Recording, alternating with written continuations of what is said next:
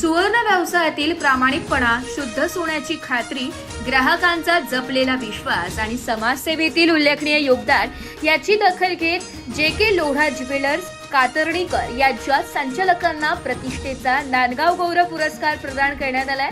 त्यांच्या या सन्मानामुळे नांदगावच्या व्यापारी क्षेत्रात आनंदाचं वातावरण निर्माण झाले असून विविध स्तरातून त्यांचं अभिनंदन करण्यात येत आहे।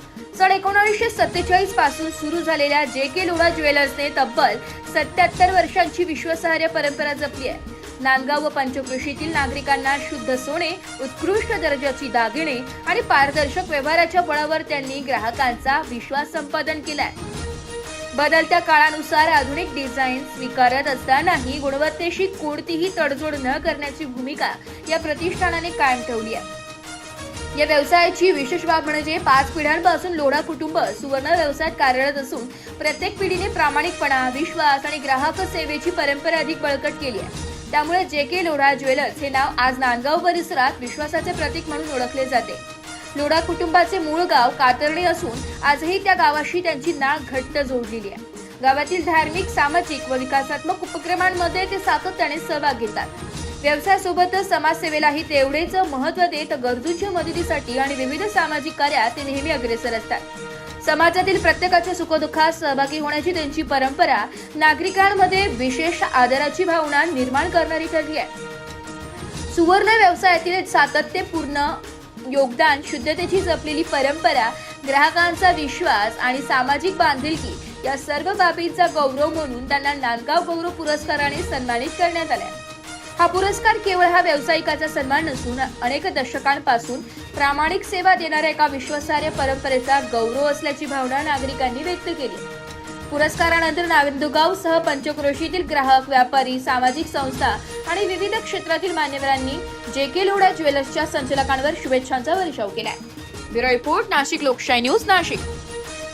सुरेश जेवरीलाल लोढा, जे.के. ज्वेलर्सचा संचालक, ही आमची सुवर्ण पिढी 1947 गेले 77 वर्षापासून नांदगाव पंचक्रोशीत आपली सेवा देत आहे आणि आज आमच्या ह्या पिढीचा 5वी पिढी ह्या शोरूममध्ये वर्कआउट करत आहे। आम्ही ह्या पंचक्रोशीत नुसता व्यवसाय आमचा डेव्हलप नाही केला, पण आमच्या ह्या सरावी पिढीतून आम्ही ग्रामीण भागातले प्रश्न, ग्रामीण लोकांची मदत आणि आमचं मूळ जे गाव कातर्णी आहे त्या गावाशी अजूनही आमची नाळ जोडलेली आहे।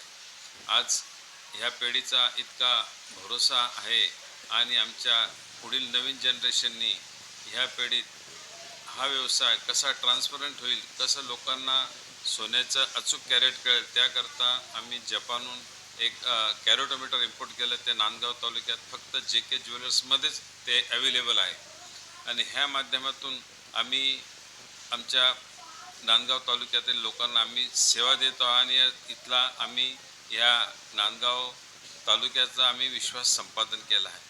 हा विश्वास संपादन करत असताना आम्हाला ह्या तालुक्यातल्या लोकांनी भरभरून प्रतिसाद आमच्यावर, आमच्या पिढीवर विश्वास ठेवला नाही। त्या विश्वासाचे आम्ही आज सोने करत आहोत। आज आम्ही ह्या व्यवसायातनं जरी अर्थ कमावले, आमच्या ह्या पिढीतनं आमचे आज काही मुलं अमेरिकेत शिक्षण घेत आहे, अमेरिकेत काही सेवा देत आहे आमच्या मुली।